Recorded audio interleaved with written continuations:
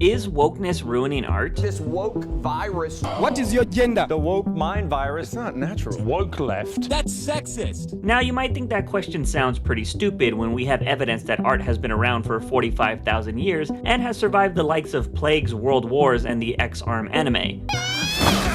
What the hell is even that? So how could something like wokeness be ruining it, right? Well, what if I told you that companies that are being progressive for the sake of being progressive are actually causing art to regress? I'm gonna tell you why in 3 parts. Part 1. Most companies don't understand what it means to be progressive. Let's take Hollywood for example. Hollywood believes being progressive is making a movie where the lead character is disabled, and played by Bryan Cranston. Real progressiveness would be hiring disabled actors. Period. End of sentence. I should make it known that I'm not one of these people that believes that LGBT roles or disabled roles should only be played by LGBT or disabled actors. I think that mindset would be detrimental to those groups in the long run, and an actor's job is to become whatever the script demands them to be. But unfortunately, those minority groups don't get cast in even the basic roles in Hollywood, so when they see someone like Bryan Cranston taking a role that's perfect for them, you might understand why they're a little upset. Marvel Comics is another company that tried to be progressive and completely missed the mark. They tried creating a series called New Warriors, and this comic was going to have brand new characters built around what I can only assume they thought the new generation cares about, because this is the team they came up with. Screen Time, a meme-obsessed teen who's connected to the internet because of his grandfather's experimental internet gas. What the fuck is internet gas? Snowflake and Safe Space, twins who are hyper-aware of the modern culture and optics, and they see their superheroics as post-ironic meditation on using violence to combat bullying. Oh, and they're probably streaming this. B Negative, a teen who had a life-saving medical procedure who gave him Morbius abilities. Now this one isn't too bad, but I can assume with his name and his emo haircut, there's probably going to be a lot of cringy jokes. And lastly, we have Trailblazer, who wants to help people, but she doesn't think of herself as a superhero, yet. A plus-size character with self-esteem issues. A bit stereotypical, but okay. In case you were curious, these new warrior characters were so poorly received that to my understanding, the comic was put on hold indefinitely, and these characters have never seen the light of day. Also, in case you didn't pick up on it, a majority of these characters are people of color, and this is something that continues to be a problem with companies that are trying to be progressive. They treat minority groups like they're trying to hit a quota. Instead of creating a series with a person of color, an LGBT member, and a disabled character, they take all of those elements and merge them into one character. I literally made a TikTok skit about this 4 years ago, and it's still relevant today. I'll post it on my shorts feed so you can see it. But the only thing worse than companies not knowing what it means to be progressive is part 2, when they think they do. They will try to change old media or source material to make it more acceptable in the modern day, but they don't consider the context with how it's used. And this is where a lot of the meat of this story is being stored, because it was recently announced by creators of the upcoming Avatar: The Last Airbender live-action series that the show was going to take out some of the iffy elements from the animated show. The lead actress who is playing Katara was quoted saying, "I feel like we took out a lot of the elements of how sexist Sokka was. I feel like there was a lot of moments in the original show that were iffy." The showrunner of the show also said that they felt like they needed to guard against that stuff. Now, I think we can all agree that sexism is bad. The only people that would argue for it are the people that benefit from it. But sexism shouldn't be an issue when it's part of a work of fiction and it's part of a character's development. If you've never seen the animated series, the character of Sokka does act sexist in the early seasons, but it's not just for funsies. It's shown in the show that he comes from a tribe and culture that believes that women should only be doing domestic tasks while the men are hunters and warriors. So Sokka was born into this mindset, and over the course of the show, we see him grow and learn to respect women as equals. The creators of the series also said that Netflix wanted to guard against him being perceived as outright unlikable. And it's stuff like that that makes me know that big companies don't understand art, because some of the most beloved characters are evil people. The Joker, Darth Vader, Walter White, Scarlet Witch, Dexter, Esdeath, Vegeta, Fat Bastard, Team Rocket, and even Harley Quinn. A lot of people will say, those characters redeem themselves. And that's the point. A great writer can make any character likable. Did you know that Harley Quinn once gave a bunch of kids handheld game consoles that had bombs in them and then proceeded to set them all off at the same time?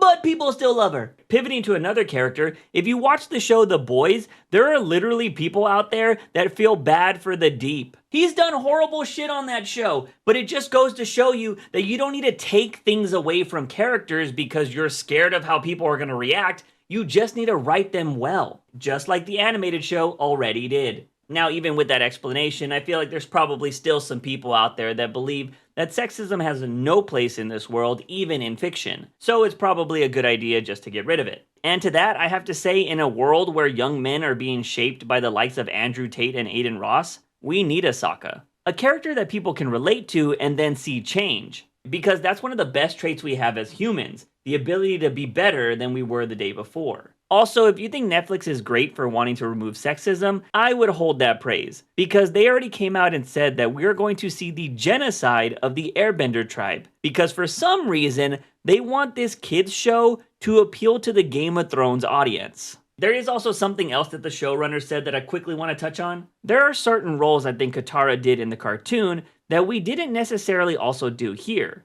I mean, I don't really want to get into a lot of that, but some gender issues that don't quite translate from the cartoon. I feel like these gender issues that they're referring to are some of the things that Katara did in this show, like sewing, cooking, and basically being the mom of the group, but it's literally part of the story and makes Katara's character that much better. There is this moment in the animated show where Sokka admits that after his mom died, Katara stepped up and took up a lot of the responsibility. So much so that he barely remembers his mom's face, and when he tries to think about her, he can only picture Katara because that's how much of an impact she has had on his life. I understand the need for better stories and fleshed out development for female characters, but I don't like this idea because a woman does domestic things or acts like a mom makes her less than a woman that goes out and kicks ass with the boys. I feel like it sends the wrong message, and as I mentioned before, if you write a character well enough, no one is going to care what they did in the past. Now, Netflix isn't the only company that has changed things from popular animated properties to make them more modern,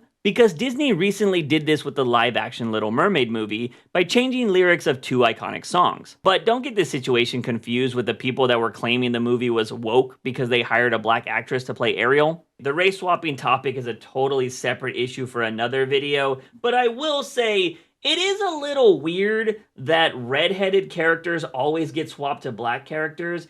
It happens way too often for it to be a coincidence. Anyways, back to The Little Mermaid. If you didn't know, the lyrics for Poor Unfortunate Soul and Kiss the Girl were changed to be more modernized in the live-action movie. But with the changes that were made, they didn't really make that much sense in context. With the song Poor Unfortunate Souls, the lyrics were just flat out removed. According to a Vanity Fair article, the reason for this change was to encourage women to be more vocal. You gotta love the irony when it involves a character that's willingly giving up their voice. But here's the problem. There was nothing wrong with the original lyrics because Ursula is a villain and was trying to manipulate Ariel. So of course she would tell her to shut up around men to get their attention. Also, in the animated movie, that part of the song makes sense because Ariel was about to ask the question on how she would get Eric to fall in love with her if she doesn't have her voice. Ursula sings those lyrics, then shows a picture of Eric to further manipulate Ariel's emotions, and then gets her to sign the contract. With that whole sequence, you understand that Ariel is sacrificing her voice for love, which was the whole plot of the movie. In the live action, Ariel does take a bit of a stand and says that this is wrong, but then Ursula just says forget about the world above, go back home to daddy, and never leave again. That's still manipulative, but it doesn't really fit with the narrative of the love story in my opinion. Also, can we agree that signing the contract looked way cooler than plucking a scale?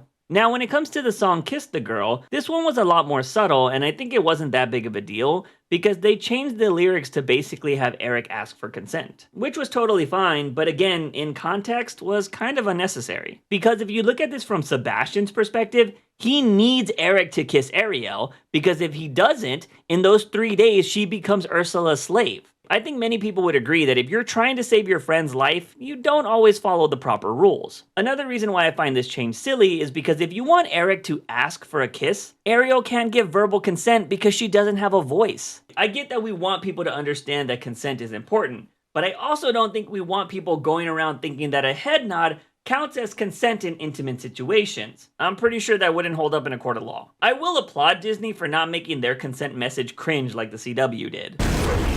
Oh, no touching without consent. But it doesn't matter if companies are doing part 1 or part 2, because both of these roads always lead to part 3, disrespecting artists. Now, it doesn't matter what genre of art you want to pick, directing, writing, music, drawing, animating, whatever you can think of, you will always find people getting flat out disrespected. But I think Hollywood takes the cake when it comes to not giving a damn about the people that create the things that we love to watch. I mean, have we already forgotten that SAG had to go on a strike for 118 days just to make sure that they had protections against AI for the next 3 years? Can't forget that Disney already used AI for one of its Marvel projects, and if it hasn't already happened, I'm sure AI is going to be taking the jobs of storyboard artists and concept designers pretty soon. So pardon me for finding it laughable when all of these companies are trying to be progressive, but behind the scenes they're treating their workers like crap, disrespecting their vision, and not following the source material. Going back to Avatar: The Last Airbender, the original creators of the series actually spent 2 years developing the live-action show, but ended up leaving due to creative differences. Hearing that they want to remove iffy elements and also appeal to a more dramatic crowd could be the reason for the departure, or it might be the flat-out disregard for the source material when Netflix came out and said that the main character will not be taking fun detours like he did in the animated series.